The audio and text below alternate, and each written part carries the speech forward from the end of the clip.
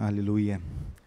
Antes de entrarmos no primeiro texto da palavra que quero repartir com vocês, vamos ler um outro texto, que é 2 Timóteo 3,16. Se você está com a tua Bíblia aí, abre.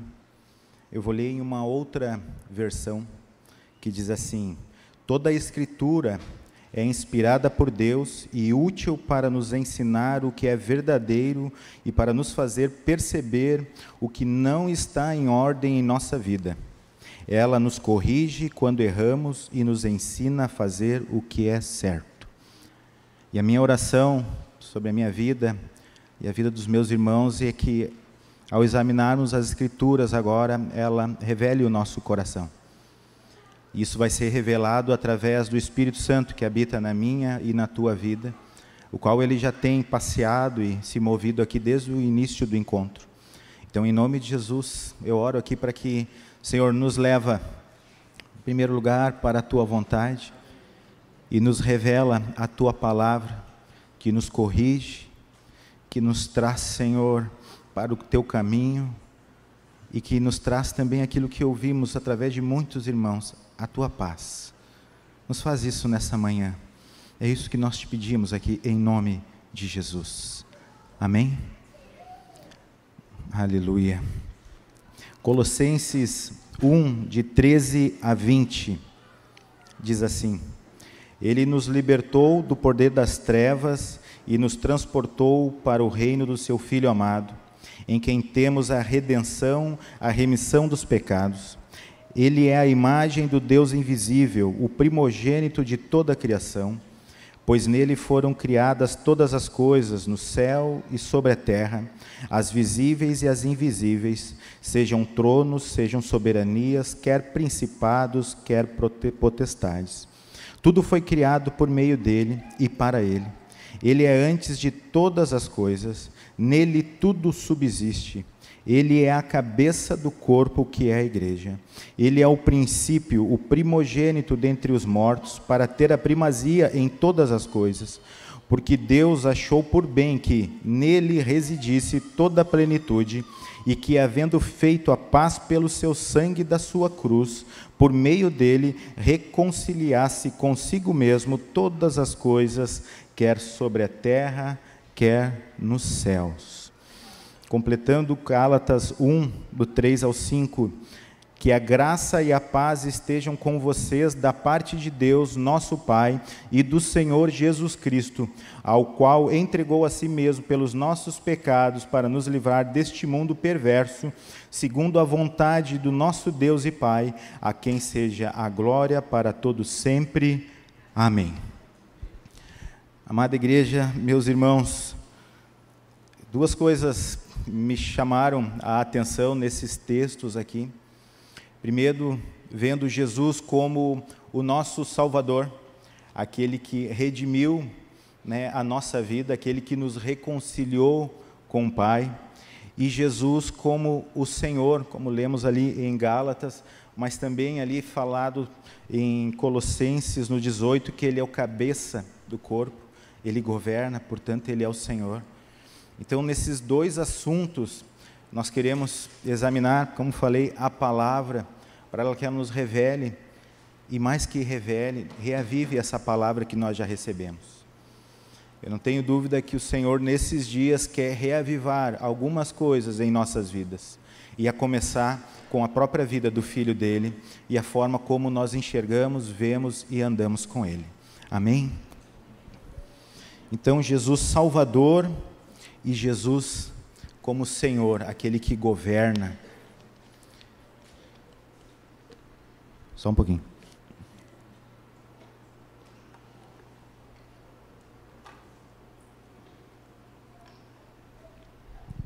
Como Salvador, Ele teve que morrer para nos salvar, mas Ele teve que morrer em primeiro lugar para satisfazer a justiça de Deus.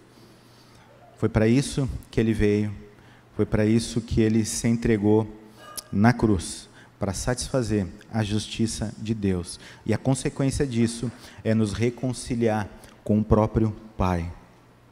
Nós merecíamos esse castigo, Nós éramos para estarmos sendo castigados por conta deste pecado, mas ele fez cair sobre ele, a nossa iniquidade, para que Deus, e a palavra diz em Isaías 53:10, ao Senhor agradou moê-lo. Por que Deus se agradou em moer Jesus? Foi para ver ele sofrer? Não, meus queridos. Foi porque através disso, ele estava se reconciliando, estava permitindo que nós nos reconciliássemos com o Pai. Foi por isso que Deus se agradou, porque era necessário esse justo morrer pelo injusto aqui. Era preciso que isso acontecesse. Isaías 53, do 5 ao 6, nós todos conhecemos, mas vamos ler. Mas ele foi transpassado pelas nossas transgressões e moído pelas nossas iniquidades. O castigo que nos traz a paz estava sobre ele, e pelas suas pisaduras fomos sarados.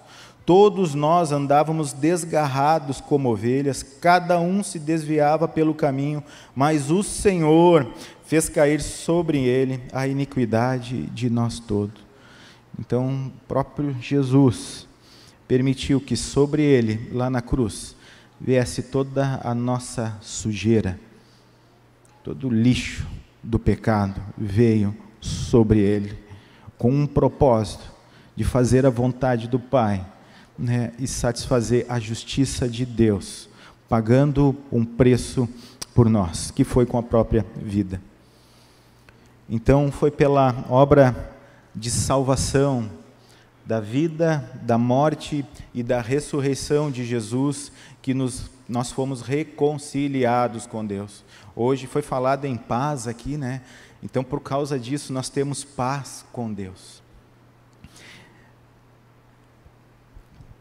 Então, entendemos que Jesus pagou a nossa dívida, o castigo que estava proposto para nós foi pago por Jesus. E Romanos 5:1 diz assim: justificados, pois, mediante a fé, tenhamos paz com Deus, por meio de nosso Senhor Jesus Cristo. Então, nós fomos justificados pela morte, e por esse ato, temos e vamos ter paz com o Senhor o tempo inteiro. Não há mais nada que nos impeça a chegarmos ao Senhor. Não há mais nenhuma barreira que nos impeça de andarmos e vivermos com esse Senhor. Hoje, todos nós que passamos pelo batismo, nascemos de novo do alto da água e do Espírito, temos paz com Deus. Sabem o que é isso? Ter paz com Deus, com o Criador, com o nosso Supremo Pai, com o maravilhoso Pai. Nós temos uma paz com Ele, e é nessa paz que devemos andar aqui. Esse sentimento que não é na alma, mas no Espírito, que devemos andar e nos movermos aqui, em paz. Porque sabemos a quem pertencemos, porque sabemos quem é o nosso Pai, porque sabemos quem tem suprido todas as coisas, porque sabemos quem tem nos guardado da mão do inimigo, porque sabemos que estamos livres do pecado e da condenação da morte. Por isso temos paz com o Pai. Eu vou falar, acho que era a hora de dizer um amém, porque... Amém, obrigado. Seria bom um amém nessa hora. Então, através da fé, que experimentamos esta realidade, de que Cristo morreu e pagou o preço por cada um de nós. É pela fé que nós estamos aqui, é pela fé que cremos naquilo que foi nos anunciado um dia sobre a obra da redenção. E através dessa fé, e por causa dela, nós fomos justificados. E o que é ser justificado? É ser declarado justo. Então, a justificação que houve na cruz, por meio de Cristo, do seu sangue que verteu, da sua morte e ressurreição, nos tornou justo diante de Deus. Então, todos nós estamos nesse nível diante de Deus. Ele nos olha justificados. Romanos 5:9. Logo muito mais agora, sendo justificados pelo seu sangue, seremos por ele salvos da ira. Vou ler de novo. Logo, muito mais agora, sendo justificados pelo seu sangue, seremos por ele salvos da ira. Então, por causa do sangue de Jesus vertido na cruz, e quando nós o recebemos, o Senhor, naquele momento que tu declarou a tua fé, na tua declaração de fé, reconhecendo Jesus como Senhor e Salvador, aquele sangue fez com que Deus olhasse para ti e falasse assim: esse foi justificado, esse é justo, esse não tem mais pecado sobre ele. Esse não está mais debaixo do governo do pecado, porque o sangue do meu filho justificou a ele. Amém? Então Deus aceitou esse sacrifício de Cristo. Logo já não atribui nós a nossa dívida. Então aquela dívida foi paga. O sacrifício foi aceito, Deus não atribuiu mais a dívida que nós tínhamos e a condenação que nos estava proposta, que era a morte eterna. Deus não olha mais como nós somos, Ele olha agora através do sangue de Cristo e vê o próprio Filho habitando em nós por meio do Espírito Santo. Então Deus olha para nós e vê que Cristo, a obra em Cristo. Não é melhorando o nosso proceder por nós mesmos. O que o Douglas falou aqui e confessou e se expôs é uma obra que Deus está fazendo na tua vida, Douglas, em Cristo. Não é tu que está melhorando por si só, mas é a obra de santificação na tua vida, e tem que isso acontecer em todos nós também, em áreas que o Senhor com certeza está falando. Então, esse fato de não atribuir pecado, né? A palavra chama de não imputar o pecado. É 2 Coríntios 5, 18 e 19.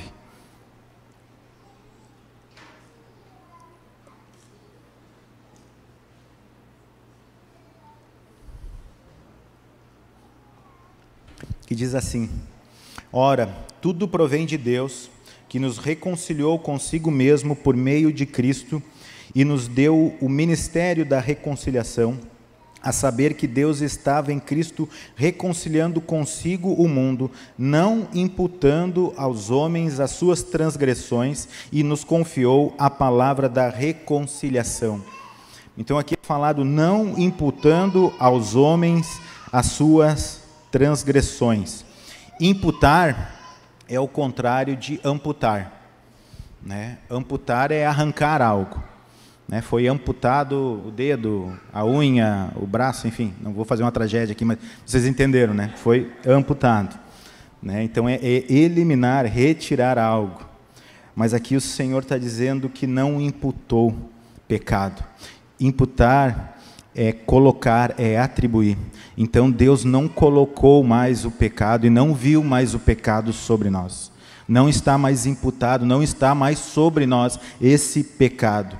Então, em outras palavras, Deus retira de nós o pecado e coloca em nós a justiça de Cristo. Amém? Deus retira de nós o pecado e coloca, imputa em nós a justiça do Filho dele. É isso que agrada o Pai, é a vida do Filho dele em nós. E é por isso que nós temos que recebê-lo, e recebemos ele como Senhor e nosso Salvador. Aleluia. Texto que fala sobre isso, Colossenses 2,14. Tendo cancelado o escrito de dívida que era contra nós, e que constava de ordenanças, o qual nos era prejudicial, removeu-o inteiramente, encravando na cruz. Então, na cruz, isso começou a mudar. Até a cruz de Cristo, o homem, né, estava cada um andando pelo seu caminho, perdido. A partir da cruz, da morte, da ressurreição do Senhor, né, foi feito justiça. E aqueles que assim entendem e precisam ter, e tem por revelação, né, voltar a fazer parte da família pelo qual Deus nos criou para viver, quando tomamos e decidimos andar dessa forma, reconhecendo em primeiro lugar Jesus como o nosso Senhor e Salvador, Deus coloca sobre nós a justiça de Deus, o pagamento da nossa dívida através da justiça que foi feita por Cristo Jesus. Amém? Então, queridos, tudo que eu estou falando é algo novo? Não é.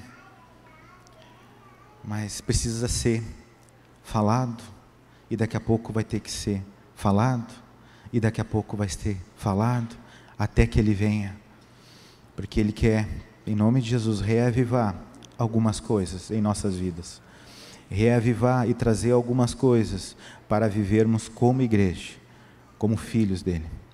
Eu creio que uma das primeiras coisas é essa, a alegria da salvação, a revelação da obra, da morte e da ressurreição de Cristo. O que Ele fez e o tamanho do preço que Ele teve que pagar por cada um de nós. Creio que nós vamos entender completamente isso lá na glória, porque é uma limitação, mas o Espírito Santo vai nos revelando por medida, mas foi pago um alto preço. Nós ainda não temos total e completa revelação do tamanho dessa obra que Jesus fez, para hoje estarmos aqui, diante dEle e do Pai, por meio do Espírito Santo. Mas eu quero conhecer um pouco mais essa obra do Senhor. Eu quero conhecer um pouco mais este Jesus, Salvador, que fez a vontade do Pai em tudo, que não pecou, que da sua boca dolo algum saiu, que foi obediente até a morte e morte de cruz, que se deixou moer por causa dos nossos pecados, que foi cuspido na cara por causa de nós. Esse é o meu e o teu Salvador. E Ele nos justificou diante do Pai. Amém? Então, glória a Deus, fomos libertados da escravidão do pecado. A partir desse momento, agora, iniciamos uma nova caminhada num reino onde Deus é Pai, Jesus é o Senhor.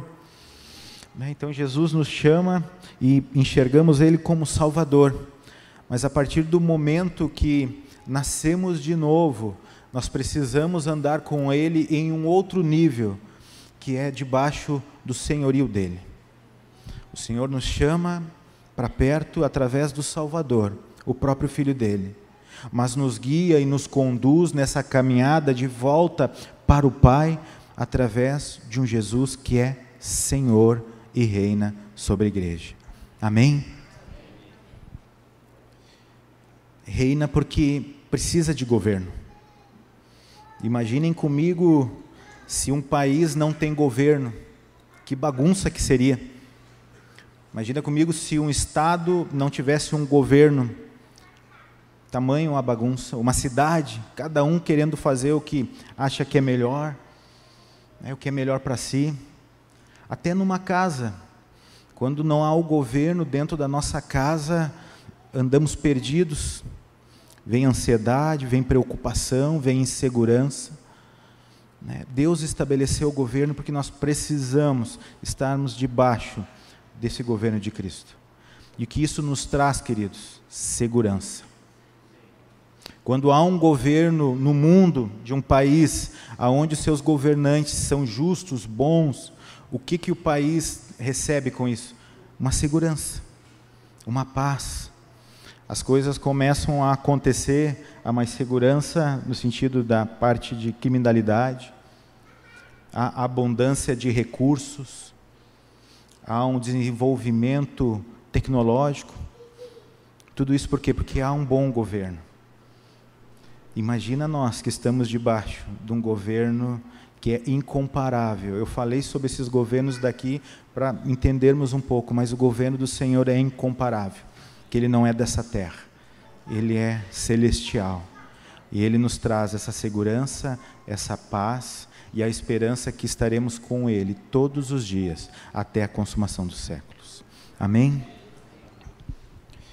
Romanos 10, do 5 a 13.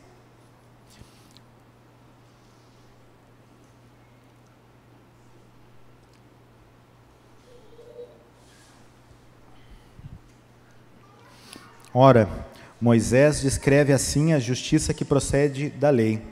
Aquele que observar os seus preceitos, por eles viverá. Mas a justiça que procede da fé afirma o seguinte: não pergunte em seu coração quem subirá ao céu. Isto é para trazer Cristo do alto, ou quem descerá ao abismo? Isto é, para levantar Cristo dentre os mortos. Porém, o que se diz? A palavra está perto de você e na sua boca e no seu coração. Isto é, a palavra da fé que pregamos. Se com a boca você confessar Jesus como Senhor e em seu coração crer que Deus o ressuscitou dentre os mortos, você será salvo. Porque com o coração se crê para a justiça e com a boca se confessa para a salvação. Pois a Escritura diz: todo aquele que nele crê não será envergonhado, porque não há distinção entre judeu e grego, uma vez que o mesmo é o Senhor de todos, rico para com todos os que o invocam, porque todo aquele que invocar o nome do Senhor será salvo. Aleluia, aleluia. Se confessarmos com a nossa boca que Jesus é o Senhor e com o coração crermos que Deus ressuscitou dentre os mortos, nós seremos salvos. Quem já confessou o Senhor? Quem está vivendo? Salvo, separado, santo deste mundo, separado do pecado e justificado. Então, se com o teu coração crê para a justiça, vem primeiro uma revelação que precisamos crer e recebermos esse sacrifício de Jesus como um pagamento pela nossa dívida, sermos justificados. Isso diz respeito ao coração, mas aquilo que entendemos e recebemos por revelação precisamos expressar. Por isso que a palavra diz que com a tua boca confessares, para que o Senhor saiba e que tu testifique diante de todo o principado e potestade que Jesus é o teu Senhor a partir daquele momento. Então, a partir desse momento, queridos, nós passamos a pertencer e a viver num reino, aonde temos o Senhor Jesus como o Quírios, como aquele que governa, como aquele que direciona. E no final ali daquele versículo, da parte que nós lemos, no 13, né, Paulo está se referindo a Joel, que profeticamente falou, né, que acontecerá que todo aquele que invocar o nome do Senhor será salvo. Então está se cumprindo essa palavra dita lá em Joel 2, se eu não me engano, 2:32. Né? Ele profetiza e Paulo, ao escrever aos Romanos, testifica que isso está acontecendo. Bocas estão confessando, pessoas estão confessando e reconhecendo Jesus como o único Senhor e estão sendo salvos. Amém? E aí, queridos, Ele se tornou Senhor, e agora? Eu acho que para nós entendermos, muitas vezes é mais fácil enxergar Jesus como Salvador, como aquele que se deu, né? Agora temos a ceia aqui, que simboliza e que vamos celebrar a morte e a ressurreição do Senhor, que Ele se deu, que Ele se partiu por nós. É mais fácil de entendermos e recebermos Ele. Agora, como Senhor, aí as coisas muitas vezes dão uma esbarrada, dão uma complicada em nossas vidas, porque Ele quer governar. E Ele não divide o seu governo com ninguém, porque Ele é justo e Ele é bom. Ele não é capaz de dividir, depois vamos entender um pouco mais, né? Ele não divide esse governo com ninguém. Lembro de um exemplo aqui que esses dias eu ouvi numa ministração de um irmão, falando desse Senhor, desse rei, desse Quírios, que é muito diferente dos reinados que nós temos aqui, seja agora, principalmente ali da Inglaterra, mas olhando e voltando mais para trás, né, aqueles reis da época medieval, como é que era a condição daqueles reis em dias de guerra, em dias de batalha? Eles iam para o campo de guerra mas eles ficavam atrás das tropas, os servos, né, os soldados que iam defender o rei. O nosso Senhor não fez isso. Ele foi na frente. Ele morreu primeiro. É diferente, queridos. Ele se doou, ele se deu em primeiro lugar. Ele teve uma atitude diferente de qualquer outro rei que já existiu e vai existir na face da terra. Porque ele se entregou pelo seu servo. Ele se entregou por aquele que viria a ser o seu escravo. Esse é o nosso Senhor. Amém?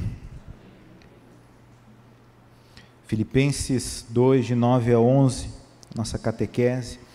Por isso também Deus o exaltou sobremaneira, e lhe deu o nome que está acima de todo nome, para que o nome de Jesus se dobre todo o joelho no céu, na terra e debaixo da terra, e toda língua confesse que Jesus Cristo é o Senhor, para a glória de Deus Pai.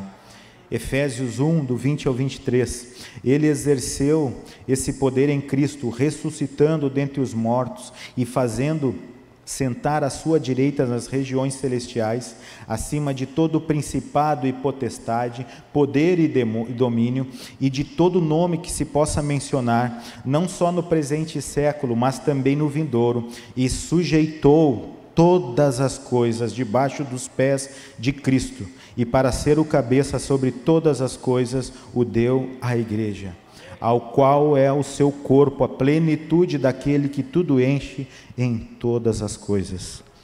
Volta no versículo 22, por favor. Vamos ler juntos.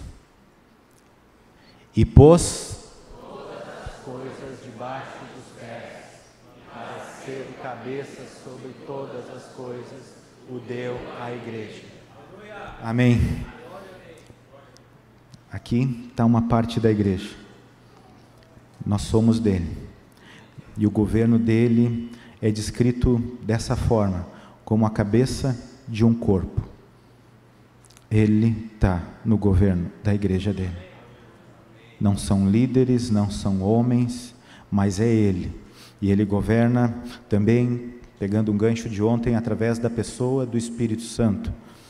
Esse pode ser um assunto, quem sabe, para um outro momento, Dani, quem sabe já colocando ele aqui, um próximo encontro, falar mais um pouco, né, encontro geral da pessoa do Espírito Santo, que foi falado ontem, uma palavra muito preciosa, e cremos que o Senhor também quer se falar para toda a igreja, e não apenas aos jovens, como foi feito ontem.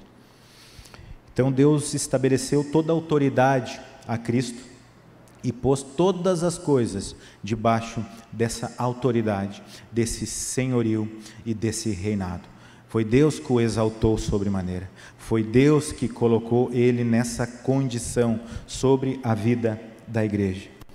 E para clarear e entendermos um pouco mais sobre o reinado, quero trazer também um outro exemplo sobre o reinado que é humano, que é o exemplo do reinado da Inglaterra, onde há pouco tempo, não lembro muito bem quanto tempo faz, que a rainha Elizabeth faleceu.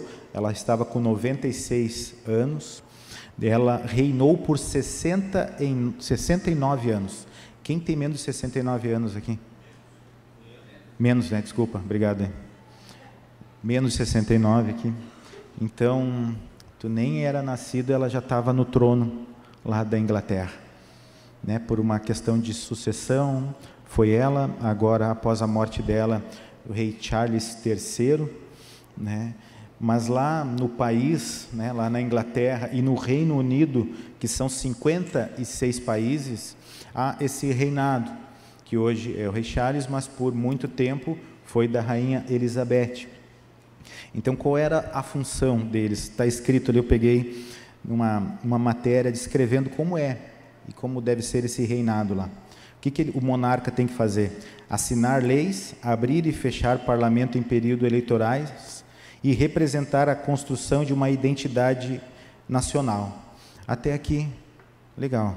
Mas olha o que ele completa. No entanto, seus poderes são simbólicos e cerimoniais. É só simbólico e cerimonial o que está lá. Então, o que isso significa?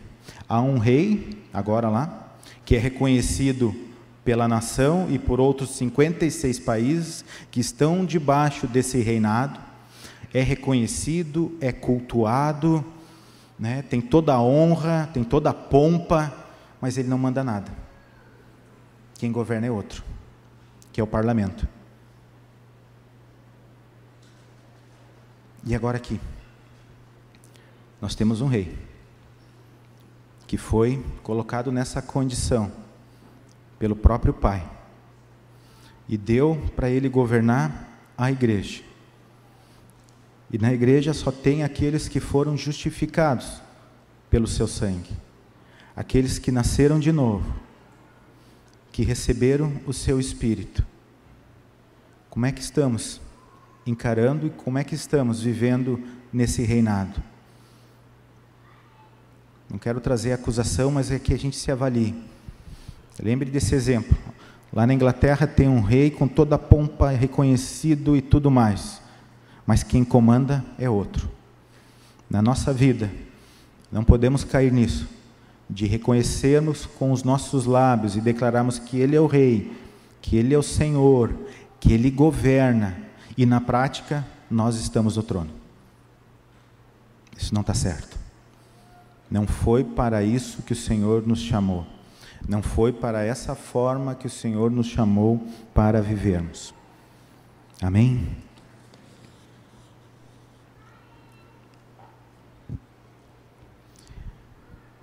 Aleluia. Isaías 9, do 6 ao 7, fala profeticamente desse reinado que o Senhor estabeleceria, que Deus estabeleceria através de Jesus. Porque um menino nos nasceu, um filho se nos deu, o governo está sobre os seus ombros, e o seu nome será Maravilhoso Conselheiro, Deus Forte, Pai da Eternidade, Príncipe da Paz. Ele estenderá o seu governo, e haverá o quê? Paz sem fim sobre todo o trono de Davi e sobre o seu reino, para estabelecer e para o firmar com juízo e com justiça, desde agora e para sempre. O zelo do Senhor dos Exércitos fará isto. Amém? Então, o governo está sobre ele. O governo está sobre os seus ombros. Me corrijam, né? Roberto me corrige, o governo está sobre seus ombros. Vou falar uma coisa aqui, o governo está na cabeça. Está acima dos seus ombros. Está no próprio cabeça. Entendam assim, e eu quero também buscar entender dessa forma. Ele estabeleceu esse reino, e quando diz ali que ele será maravilhoso conselheiro, no original, nesse contexto que é usado em Isaías 9:6, pode dizer que é assim, aquele que determina, ou aquele que governa. Maravilhoso conselheiro, aquele que determina. Esse é Jesus, este que está no trono, é este que é o cabeça da sua igreja. Amém? Pode passar aquela primeira imagem, por favor.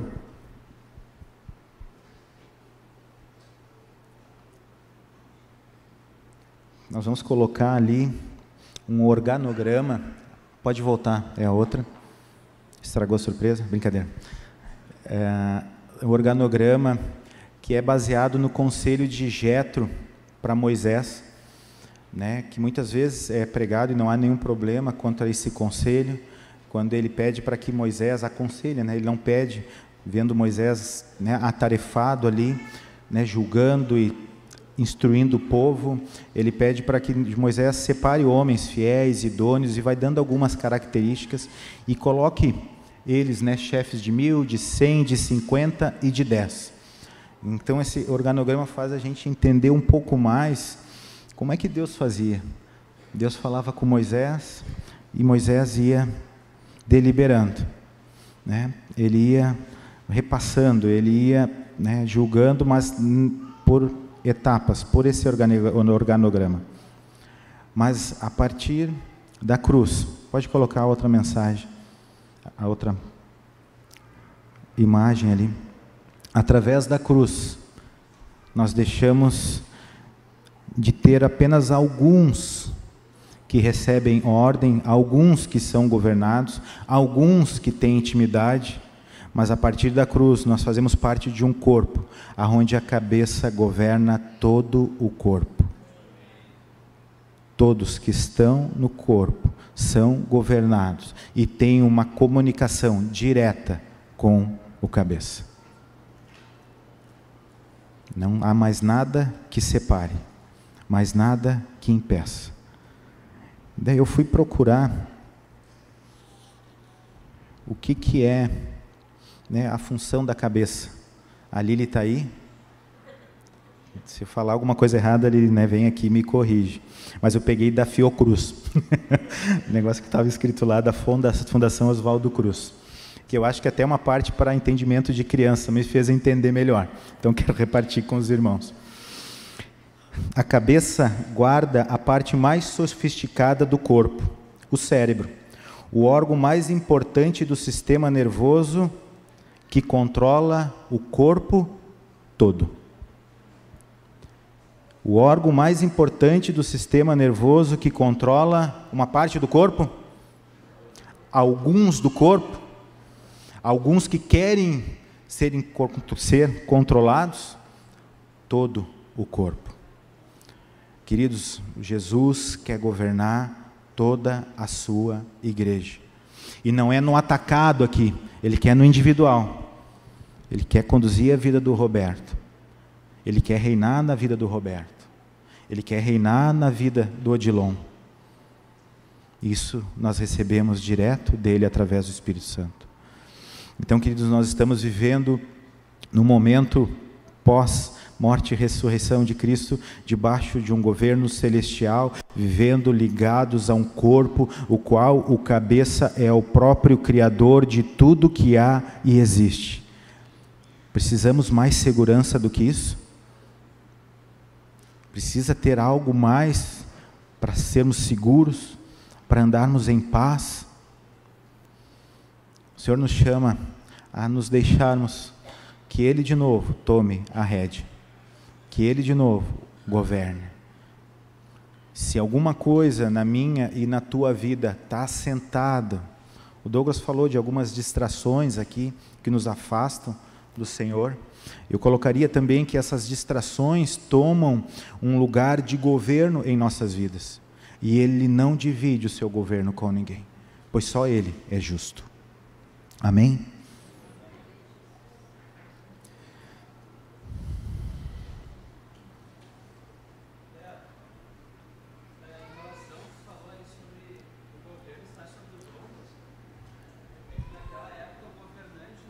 Sim, tinha os...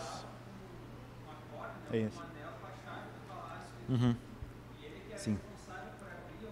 Isso. Uhum. Uhum. Amém. O Lucas está nos lembrando que quem governava seria, agora no tempo que nós vivemos, divisas aqui, né? Mas eram algumas cordas que, né, diziam que esse era quem governava. Eu entendo e creio sim, se refere a essa palavra. Mas quis parafrasear, né, para que estivesse acima dos ombros a própria cabeça, né, para clarear isso. Mas obrigado, Lucas. Então o Senhor quer governar, quer reinar. Mateus 28, 18 diz assim: Jesus, aproximando-se, falou-lhes, dizendo: toda autoridade me foi dada no céu e na terra. Então, queridos, no último encontro ali, antes de Jesus ser elevado aos céus, Ele fala para os discípulos: toda autoridade me foi dada nos céus e na terra. Então, naquela época não era necessário explicar para eles o que significava isso. E quando ele fala em autoridade, ele está se deixando reconhecer como o Quírios, o Senhor. Para eles era muito claro, na forma de vida que eles viviam, de escravidão, muitos ali, saber quem era o Senhor, quem governava. Mas eu quero me deter aqui nisso que Jesus falou: toda autoridade me foi dada nos céus e na terra.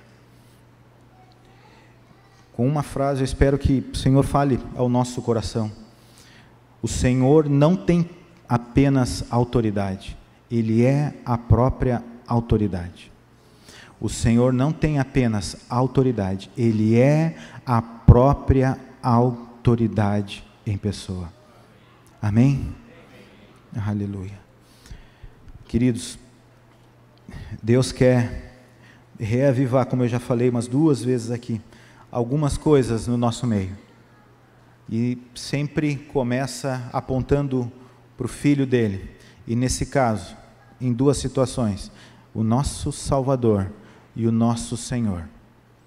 Quer estabelecer isso em nossas vidas aqui. Hoje de manhã aqui orando, o Senhor me lembrou para orar com uma pessoa para que reavivasse a alegria da salvação. E eu estendo isso e entrego também essa palavra aqui aos irmãos, dizendo: se tu precisa ser reavivado, né, na alegria que tu teve no dia que tu entendeu e te entregou ao Senhor, peça a Ele reavivar essa alegria de estar sendo parte da vida do corpo, de estar sendo parte da família de Deus. E também o Senhor quer reavivar e nos revelar um pouco mais do governo e do senhorio de Jesus em nossas vidas. Governo que não é tirano, que não é opressor, porque no governo que Ele nos chama a viver, Ele pede para que a gente faça aquilo que Ele já fez. Ele nunca vai pedir algo que Ele não tenha feito antes. E aquilo que Ele já fez, e através do Espírito Santo agora, somos capazes de fazer. Ele quer nos chamar para viver essa vida, fazer tudo aquilo que Ele fez, para agradar o Pai, por meio do Espírito Santo. Esse é o reinado do Senhor. Só que há coisas que conflitam com a nossa carne, aí é que dói. Há coisas que Ele nos pede para abandonar, que dói abandonar. Mas a gente precisa morrer, queridos. A gente precisa morrer, e não foi só no batismo, todos os dias. A nossa vontade precisa morrer, para que a vontade dEle prevaleça. Mas graças a Deus pelo Espírito Santo que nos capacita a viver dessa forma. Então, queridos, essas 2 coisas, se o Senhor falou o meu, teu coração, podemos sair daqui gratos. Ele reavivando a alegria da tua salvação, e Ele reestabelecendo um trono de governo sobre a tua vida novamente, em nome de Jesus, em nome de Jesus. Fala, Silvio.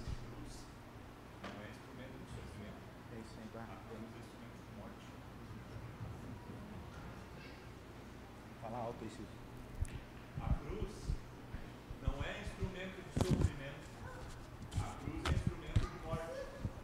É isso aí. Não é para a gente ficar sofrendo na cruz, é para morrer de uma vez só. Não é para ficar sofrendo, morre, entrega,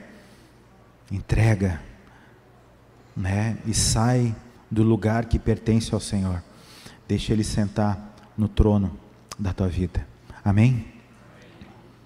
E por que Jesus não divide o seu trono com ninguém?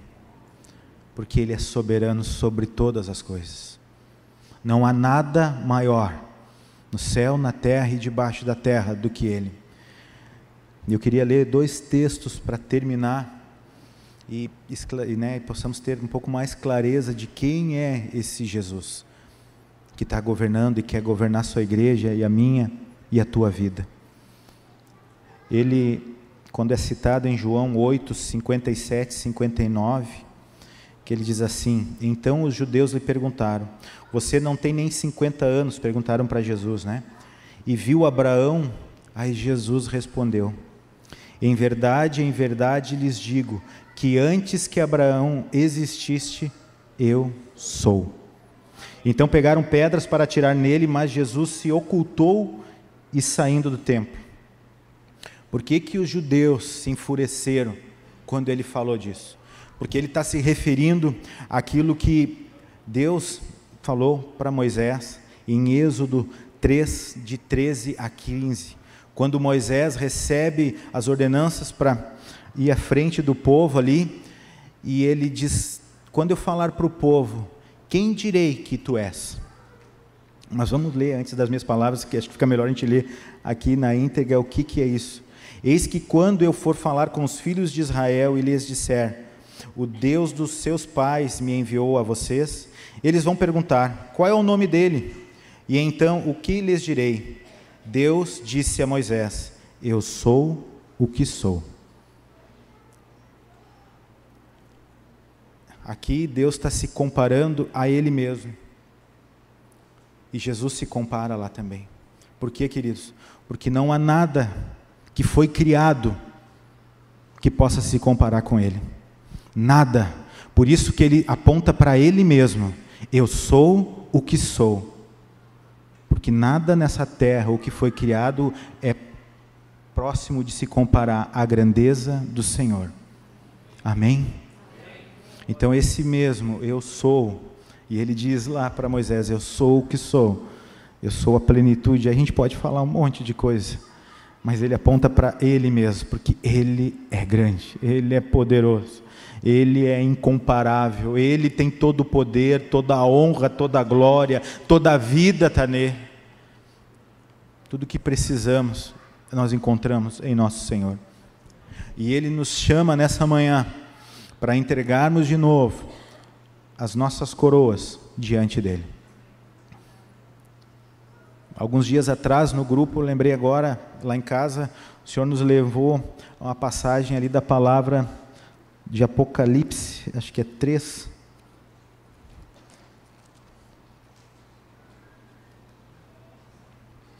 É o 4.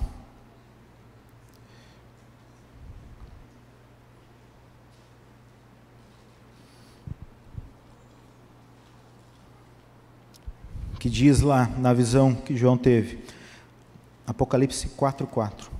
Ao redor do trono há também 24 tronos, e assentados neles 24 anciãos vestidos de branco, em cujas cabeças estão coroas de ouro.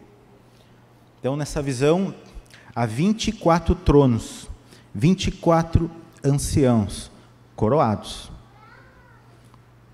Se governam, qual tipo de governo, não sei. Um dia vamos saber. Né? O Senhor nos revele mais disso. Mas o que esses 24 anciãos fazem? Quando esses seres viventes, no 9, deram glória, honra e ações de graças ao que se encontra sentado no trono, ao que vive pelo século dos séculos, os 24 anciãos prostraram-se diante daquele que se encontra sentado no trono, adorarão o que vive pelo século do século e depositarão as suas coroas diante do trono. Eles vão depositar as suas coroas diante do único e verdadeiro Rei que governa, que tem toda a glória, toda a honra e todo o poder. Então nessa manhã que possamos nós aqui, se temos algumas coisas que não entregamos para o Senhor, estamos andando na nossa própria carne, no nosso próprio entendimento, que isso que para nós, né, fazendo essa análise, é uma coroa, a gente possa entregar diante do Senhor. Entregar o governo mais uma vez da nossa vida, do que eu sou, do que eu tenho, diante do Cordeiro de Deus. Amém? Vamos ficar de pé. Não sei se o Roberto tem alguma coisa, quer repartir, ou podemos orar. Pedir para os músicos virem para cá. Não vamos fazer nenhum apelo, mas aí no teu lugar agora, que tu levantou, acordou, se tu estava dormindo, né? Que o mesmo Espírito do Senhor que tem falado conosco desde o início deste encontro, possa te convencer, né, e te conduzir, e quando Ele conduz é sempre de uma doce forma de condução, há uma palavrinha que todos nós já conhecemos, a nos arrependermos, se temos governado a nossa própria vida, e voltarmos a entregar o governo, a coroa, diante do nosso Senhor. Mas se tu está precisando ser reavivado na alegria, a mesma que veio sobre a tua vida no dia que tu te entregou ao Senhor, também peça a Ele. Peça. Mas é tu e o Senhor. Nós não podemos, ninguém aqui, fazer algo que tu tem que responder ao próprio Senhor. E como nós estamos ligados, todos nós, à única cabeça que tudo governa, então o teu acesso está liberado para Ele. Fala com Ele. Fala, faz tempo que tu não ora. Ora a Ele. Conversa com Ele. Te entrega a Ele. Pede para Ele te reavivar. Mas vai entregando aquilo que tem te impedido. Em nome de Jesus.